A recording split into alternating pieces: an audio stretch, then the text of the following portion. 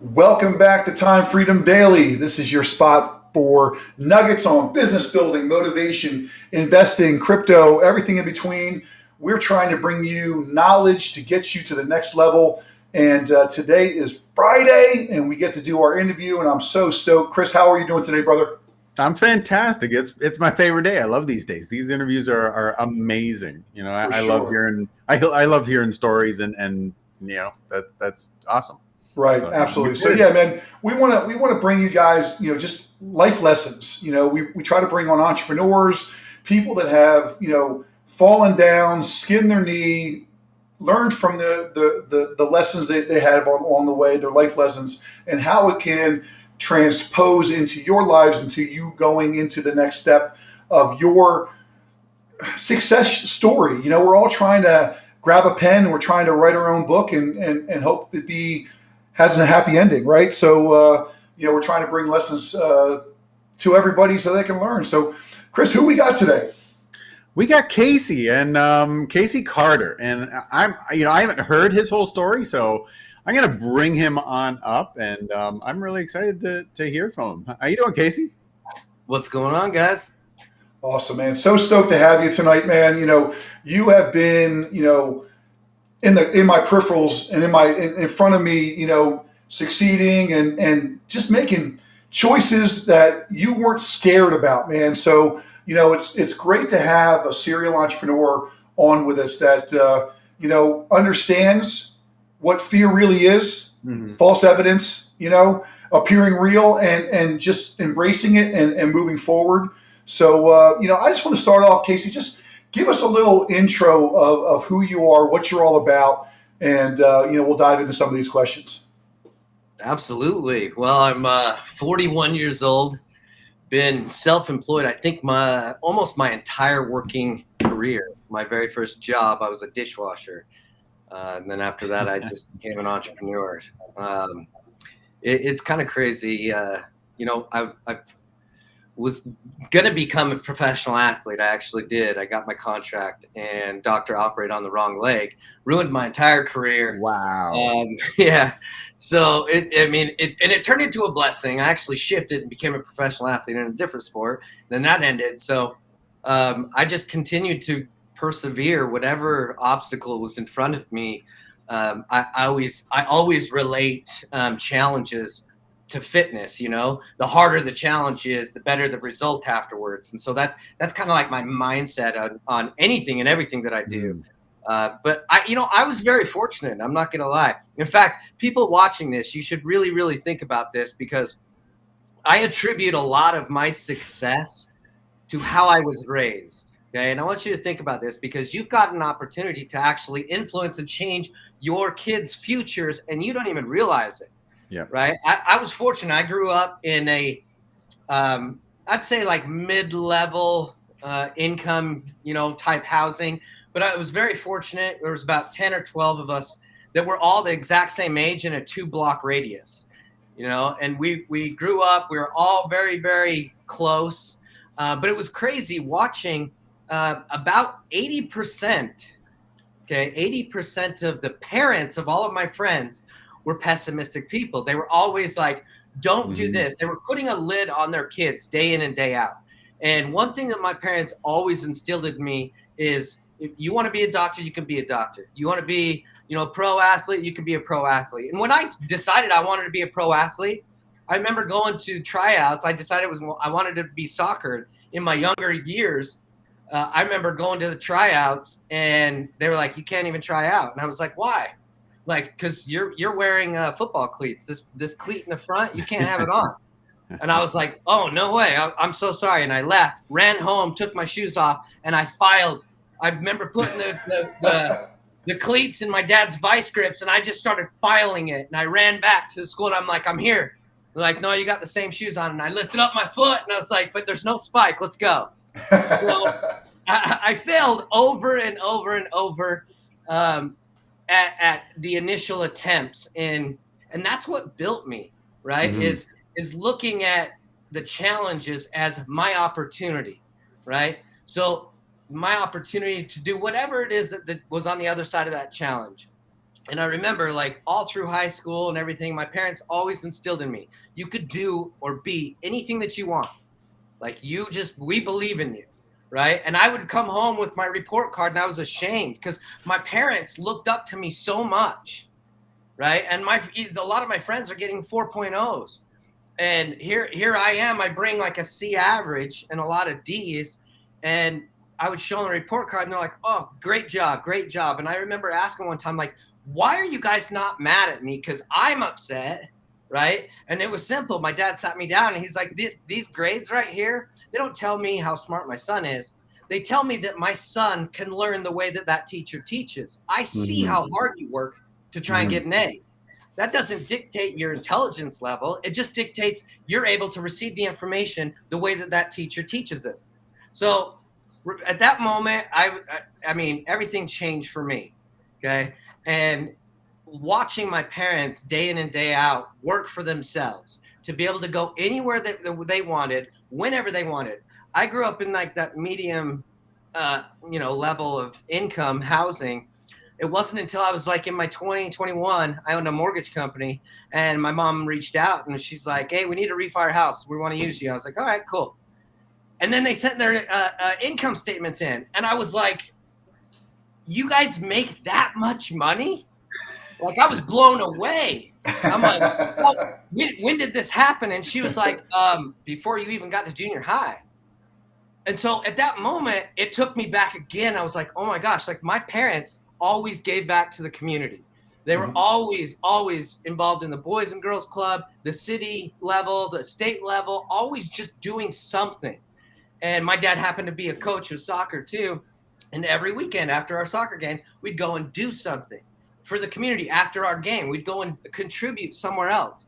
And it really just instilled in my head that a lot, I want to be like him.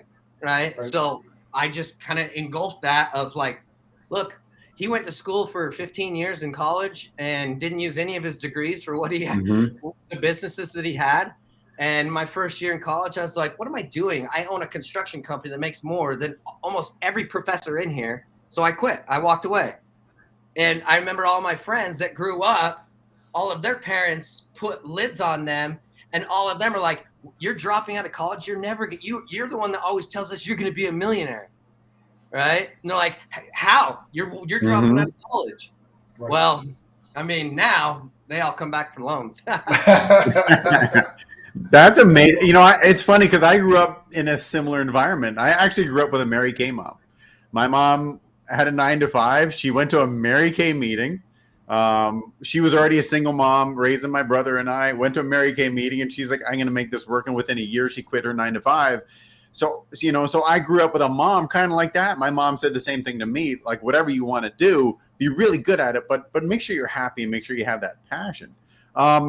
So you were a dishwasher. What clicked in your head? What was the turning point in your life that said, I'm going to be an entrepreneur. I'm not going to be an employee? Just being told, like, okay, it was a combination of two things, right? Being told to do something a certain way that was inefficient. Right. So it wasn't just the being told what to do. I can be coached all day long. It was the fact that here I am, a dishwasher, recognizing insufficiencies in how the business is operating. And if I bring it up to them, they want to shut me down. I'm like, what am I doing here? Like, what am I doing? Right. Like, so you're telling me you're not, I'm just a dishwasher. Right. And I'm here to help you like make more money. So, yeah, at that moment, I was like, nope, I'm done. And I quit. That's awesome. That's awesome. So you got that turning point. You're not an entrepreneur. So everybody's got things in their life that they go in certain ways. Do you have a certain routine to your morning? And if you can share, what do you start with? What's your day start with? Well, I like to wake up and take my supplementation, and that really gets me going. Consume at least one glass of water before anything goes in my mouth. Like before I ever touch anything, I always make sure I drink an entire, not a glass, a flask of water. Right. There you go. So that's really important. Once I started incorporating that, a lot of things changed. But I used to, I don't have it here, but I used to actually open up my Bible, and then that got that got easily distracted because grabbing a book when you wake up, it's not that, I don't know, it just doesn't, it's not comforting, right? Right. So the beautiful thing is we're already mentally programmed for first thing we grab is our cell phone, right? So I just downloaded the Bible app on my cell phone. So here I am actually reading the Bible, but subconsciously I trick myself in thinking I'm just going to grab my cell phone. It's a weird thing, but it works. And that's how I start my day. And then from the time we get up, and I say weeks, it's my wife and I both, we've got, on the side of each of our bed, we have I am statements and gratitude lists. And we turn around and look at them and say them out loud. Well, me being a male, I go to the bathroom right after I get up. So I got it posted in my bathroom. And then I got it posted to the wall next to the bathroom. So I'm always seeing that when I very, very first wake up. Right. Okay. In fact, I even have a check. I wrote a check to myself for $1 million. Put the date as my birthday. And I did this actually when I first started, our company Freak 8.5 years ago. And at the time, my mom's like, I was at her house and I wrote that check and she looked at it. She's like, what's this for? And I was like, oh, it's a check to me. She's like, $1 million, huh? I was like, yeah. She's like, I do your taxes, dummy. Go cash it. And I was like, no. Look at the date. Look at the date. She's like, oh, okay, I see. But I actually put that check right above my computer. And every single day I just look at it. And I literally made it to a specific date, my birthday. And it was a couple months after my birthday. And my mom asked me, she reached out to me and she's like, hey, do you still have that stupid check? Because your birthday passed. I was just wondering. I was like, oh, yeah. Do you know what? I'm actually looking at it right now. And, we did a little screen share and she's like, so did you do it? Did you do it? And I was like, well, let me look. And so we pulled it up and holy cow, far, far, far surpassed that. Right. And, and what's crazy is because you believe it, right? You believe it. And I have this theory. I don't go through drive-thrus very often, but anybody that goes through a drive-thru orders their food, okay, you don't think to check the food to make sure it's there, but it's always the people that check the food that are missing food. Think about that for a second. It's kind of crazy, right? And when you ask somebody if they're in the car, and I used to always ask one of my buddies, I'm like, why do you always check? And he's like, because they always mess up. And I'm like, it's because that's what you're expecting. Yes. Right? And so you're questioning their abilities. When you put the order in, you're questioning if it's going to show up. Well, same thing with vision boards right here, right? Yes. When you put those up, you don't go back and check your progress. You don't need to. The only reason you go back and see where you're at before the date that you decided to achieve your goal is if you don't have faith in yourself. You're questioning your abilities. You're questioning the business. You're questioning something that's preventing you from believing 100%.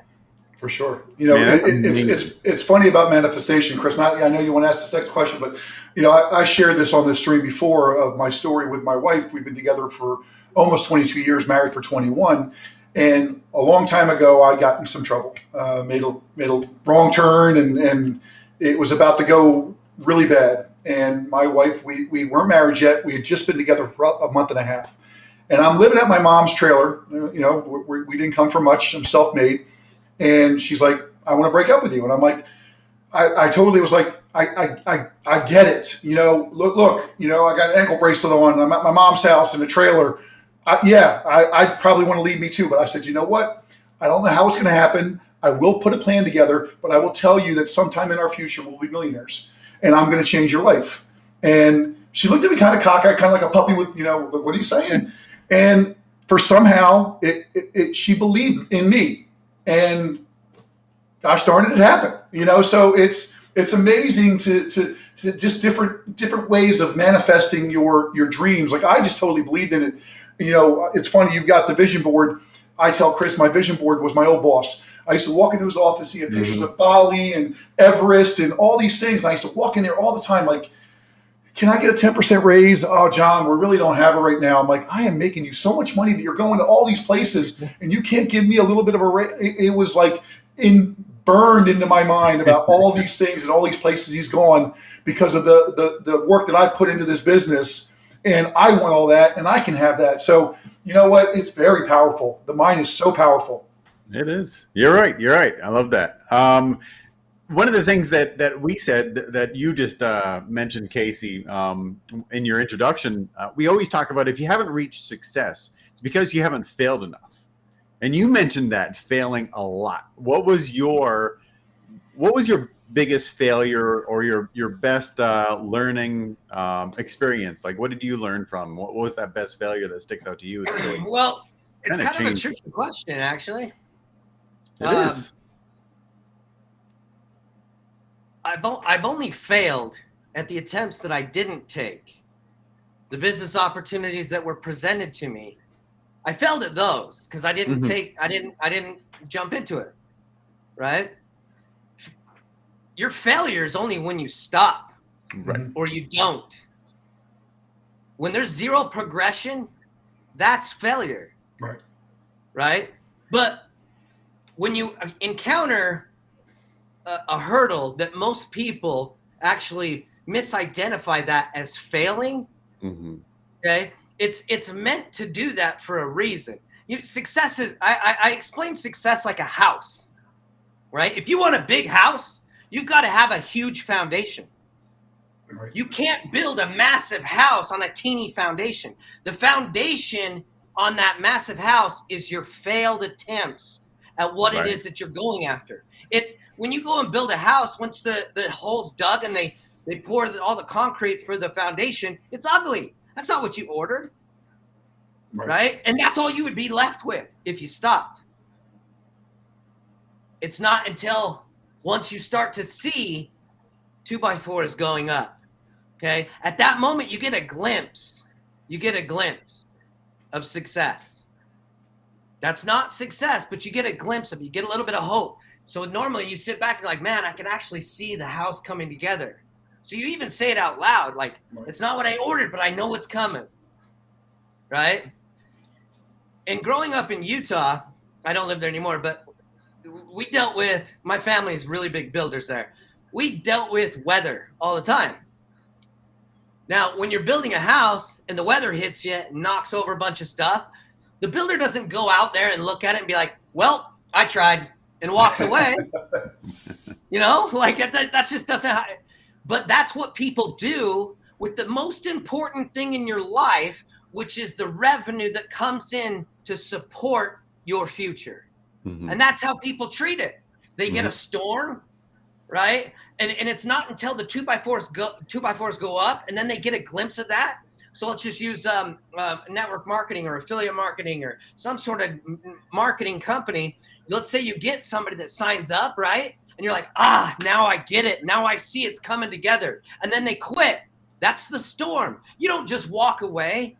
Right. In fact, when I first started 8.5 years ago, I took the product and I absolutely loved it. It changed my life in 14 days. I could not promote this product. At the time, Instagram wasn't around. I didn't have more than 198 Facebook friends. I reached out to all of my family and all of my Facebook friends. Everybody said no. Now, most people, that would be a tornado hitting that house and being like, dude, we got to file insurance claim. Right. Like, I'm out. Okay?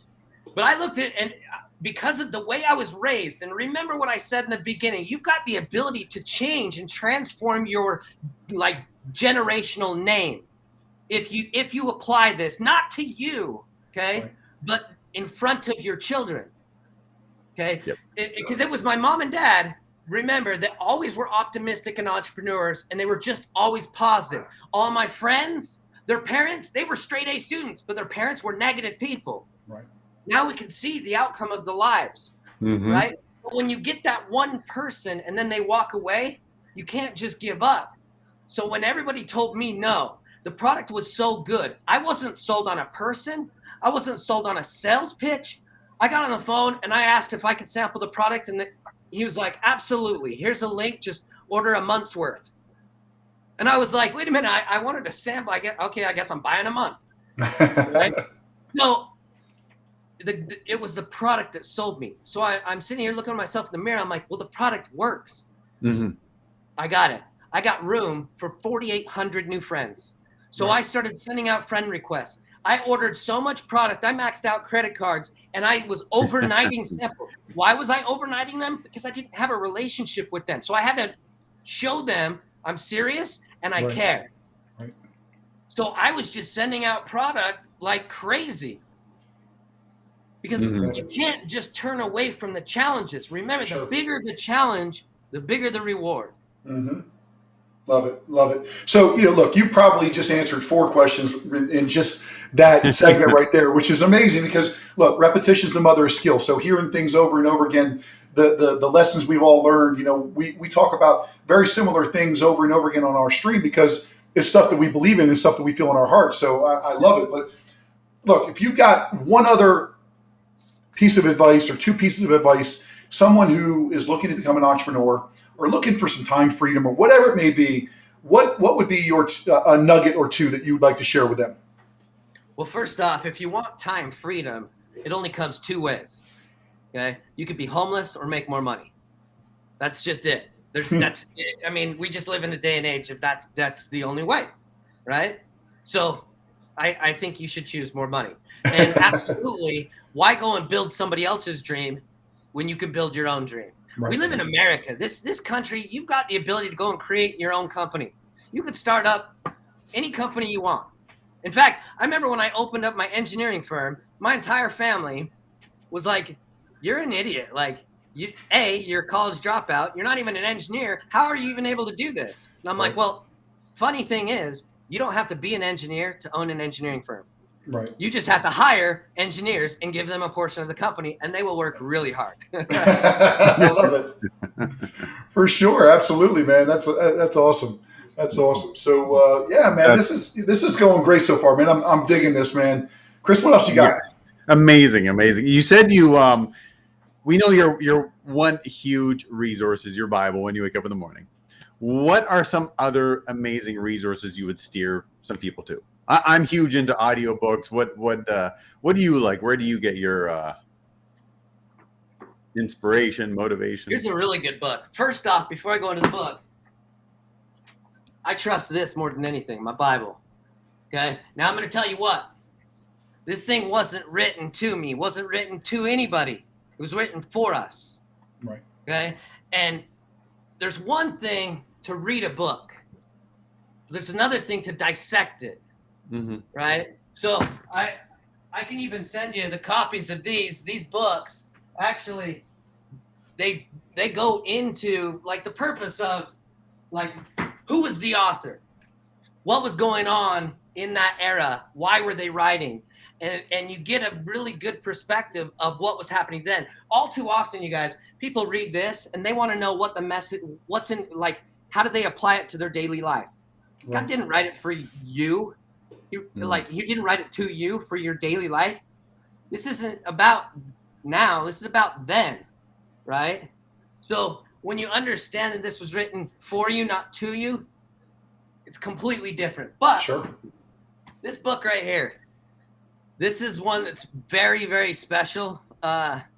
It's very deep, but I love it. Becoming Supernatural.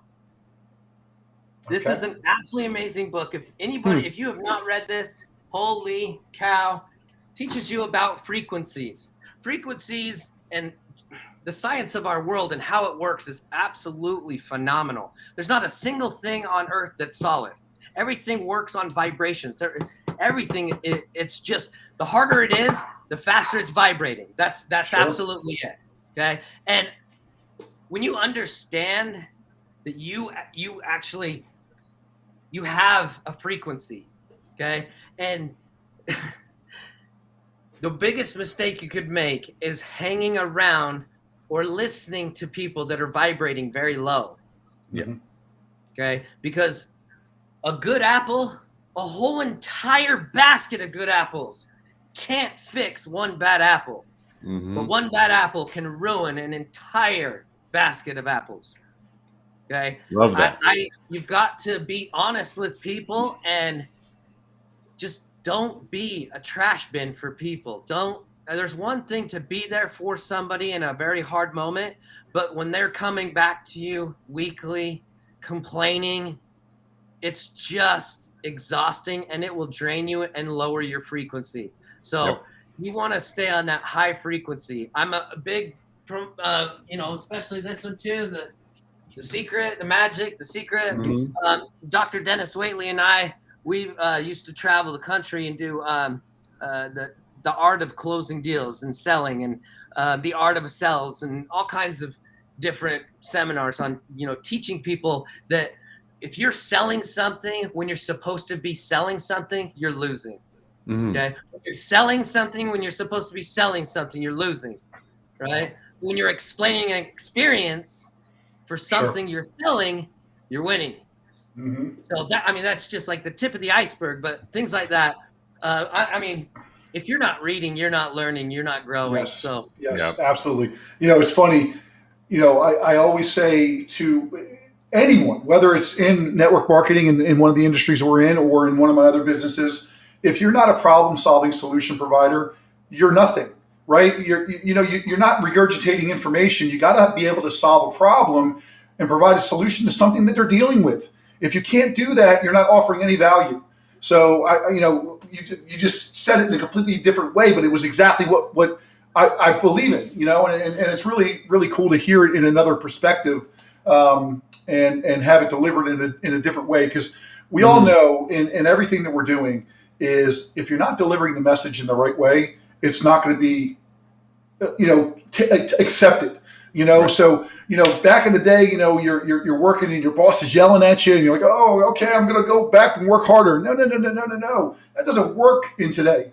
You've got to be different in your delivery of your message to make sure that it's accepted and you're getting what you're looking for out of what you're trying to accomplish. Because if you're not trying to accomplish it together, and that person doesn't feel the right way, it's crazy. And I always say, and you may have something to say about this as well, Casey, is that the customer's not always right.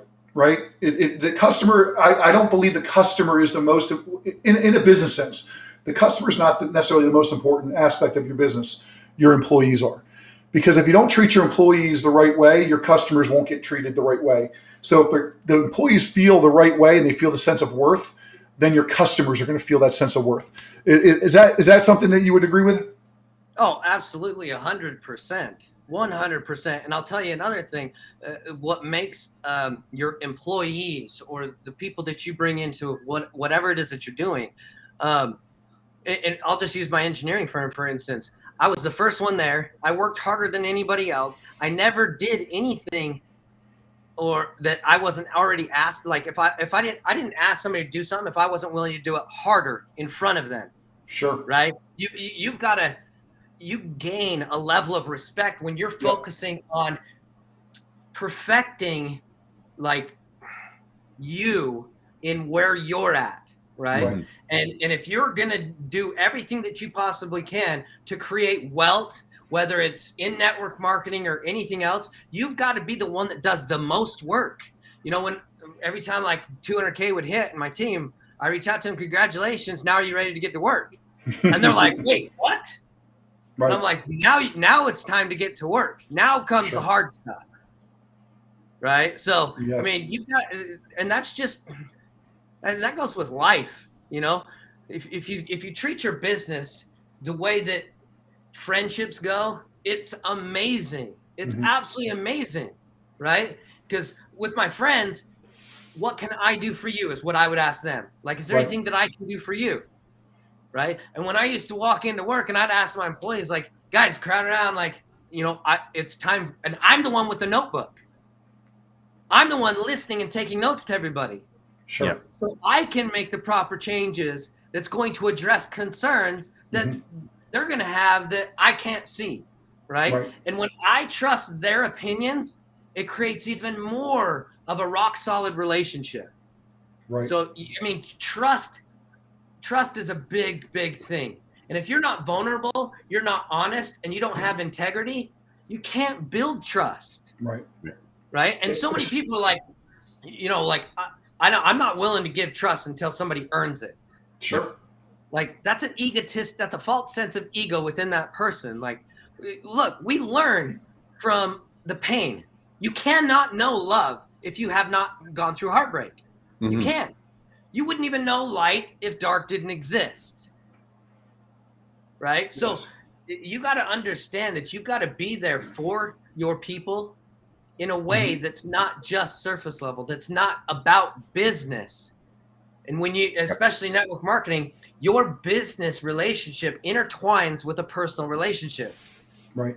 For the uber successful network marketers, you can get to the top of companies and not interact on a personal level, which is perfectly fine, and you can do great things, but you're never ever going to make the amount of satisfaction, Mhm. okay, not money, satisfaction. Mhm. When you're satisfied, you want to do more, you want to give more, you want to help more. When you're being satisfied and you're their leader, right? Don't ever Right. think that you're a leader. You need to be the one that's just in the trenches with them and showing Yep. them how to do it rather than telling them how to do it.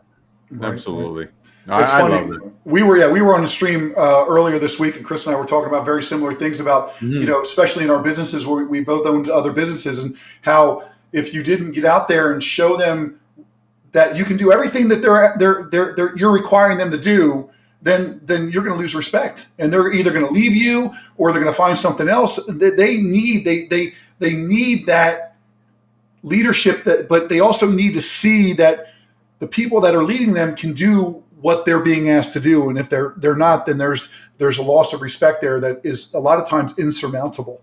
So Yep. I'm glad you hammered that home, because it was something we just spoke about just recently. So Chris, I'm not going to ask the last question I was going to ask him. Why don't you go into your next one? I think we just answered like 14 other questions right there. It was awesome. It's been amazing, Casey. Yeah. And we have a signature question that we ask everybody. We usually ask everybody, like, what does time freedom mean to you? And in your case, is it time freedom? Is it freedom? I mean, I love the way you look at things. What does your freedom or your time freedom mean to you? It's non-existent to me. Okay. Time is it. I don't put time restrictions on anything, Mhm. and I never have my entire life. So I've always been time free. Right. Okay, because I perceive it the way that I perceive it. If I want to go do something, I'm going to go do it. If I can't afford it, I'm going to go create revenue so I can. Right. Right. So I feel like a lot of people are, and this is something I have a hard time relating with, is that job where they are putting their time in somebody else's hands and their work into somebody else's dream. Right. Right. And I get told this all the time, like, you need to back off a little bit, Casey. Like, I'm an accountant. I work for a big corporation, blah, blah, blah. Or like, I'm just a cook, or this and that. Or, I'm a lawyer with a great law firm. I've had conversations with all of them. I used to life coach like doctors, surgeons, lawyers, CPAs. And every single one of them, I'm like, that's your choice that you work for them. Mhm. You can go and open your own practice. Mhm. You can go and, open up your own accounting firm. So time freedom, if somebody's like, I'm working towards time freedom, you've implanted in your head that you don't have it, right? So when you have that vibration, because you got to go back to the energy, when you feel like you don't have it and you want it, that's a low vibration. And it will continue to push that goal farther and farther away. Until you live every day as if whatever it is you want, time freedom, money, a car, whatever it is, live as if it's already done. Right? Go and in fact, I remember, I'll tell you a quick story. I think it was like 25, and living at a buddy's house, trying to put some business deals together. I didn't even have a car, didn't have steady income or anything. And I found a house I wanted, and my mom and dad were like, okay, I appreciate your ambition, but let's get your ducks in a row first. Right. And I'm like, I just kind of brushed it off and just kept going. Every morning, okay, before I would go into the city, I would go from his house. I would drive up to that house, back my car up to the garage because it was a brand new house built. It was vacant. I made sure. But I would walk up to the door, And I would pull out my keys and I'd put them in the by the door, and then I'd touch the door and I'd look up and be like, "Thank you," and then I'd take it out and then I'd go get in the car and then go to the city every day. And I remember about 3 months into that, one of the neighbors, because it was a cul-de-sac, he come out as I was walking into my car, and he come out and he's like, "Hey, what are you doing? I see you out here all the time." And I was like, I looked over at him, I'm like, "Hey, get off my lawn." So he's like, he laughed really, really hard because he watched me do this for months. And so I went over and talked to him and I said, "Yeah, this is going to be my house." And he's like, "Oh, is it under contract?" And I was like, no, but it will. And I would do this every single day. And it took about 6 months, and out of nowhere, I was moving into the house. So awesome. I mean, you guys have got to understand, you dictate wherever your future is going to be. The biggest mistake people make real quick is people change their actions now, and they look at their current circumstances and they're like, "Crap, it's not working." And then they doubt themselves. They don't always go back to how their old thinking, but then they put that doubt in, which lowers your frequency, right? You've got to understand, wherever it is that you are right now, okay, ask yourself, what you're doing right now is not what got you there. Okay? It was the 3 years later or before. Right. Or the 2 years or the 5 years before. It was a change then. Yep. So there was a change in your past that you didn't divert from, and you stayed on that course. That's what dictated where you're at now. So if you want to change your future to your absolute dreams, you have to do one thing. You've got to commit. You've got to make a decision in your heart and just commit 100%.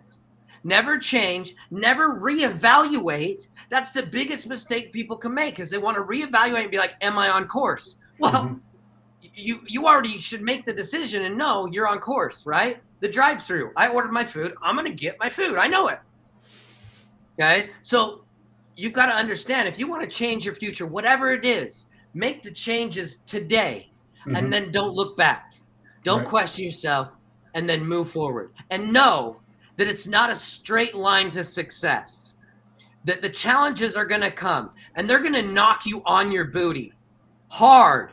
Okay? And the harder that they hit you, there's a bigger lesson on the other side of that. So that's what I got. I love it. Just as a quick story, it's funny. I've got a consulting gig coming up. I'm a landscaper. I've had a commercial landscape business. And one of these guys reached out to me that I met probably 3 or 4 times. And we're talking, and what he didn't understand, he's got a very successful business, multi-million dollars of revenue, but he's trying to create the infrastructure to grow after he's already grown. I said, we got to step back. We got to set the plan. We've got to reinvest your money now and build the infrastructure now that you're already a $5 million company, because you're just going to keep spinning your wheels at $3 million because you're trying to play catch up. So you got to do it before it happens. You got to spend the money. You've got to, in our cases, you got to do the education. We got to set our mindset before it happens, or we won't be ready for it. Right? Is that kind of what you're saying? Absolutely. Yeah. Whatever you're preparing for now is what the future holds for you. Love it. Love it. If you're preparing and you think you're preparing for, but you're going to go into plan Bs, guess what? Your plan B just turned into plan A, and you didn't even know it. Yep. Just drop the mic. Guys, before we let you go, please make sure you like and subscribe. Share this. This information is key for everyone. Share it within your people. Make sure this message gets out, because there's so many nuggets in this stream that we just had for you. And Casey, so much thanks for you. I know you got another appointment coming up soon, and appreciate you making time for us, man. Absolutely. That was fantastic. Thank you so much, Casey. That was great. Awesome. Wow, absolutely, guys. Of course. Excellent. You guys, Casey, catch you a little later, man. Okay. Hope you guys enjoyed that. That was amazing. Make sure, like John said, make sure you like and subscribe, and give us some love and share this out, because that was gold. That was fire, man. I was taking notes, so I'm telling you, man, that was great. So I really look forward to these interviews we do every Friday, and I can't wait to get the next one on the books, man. So Chris, I enjoy doing this with you, my friend, and have a great day. Fantastic. we will see you guys later. We might come on a little later or tomorrow and kind of bring you guys up to speed about the markets. But hope you all enjoyed that and make today amazing. See you guys. Take care.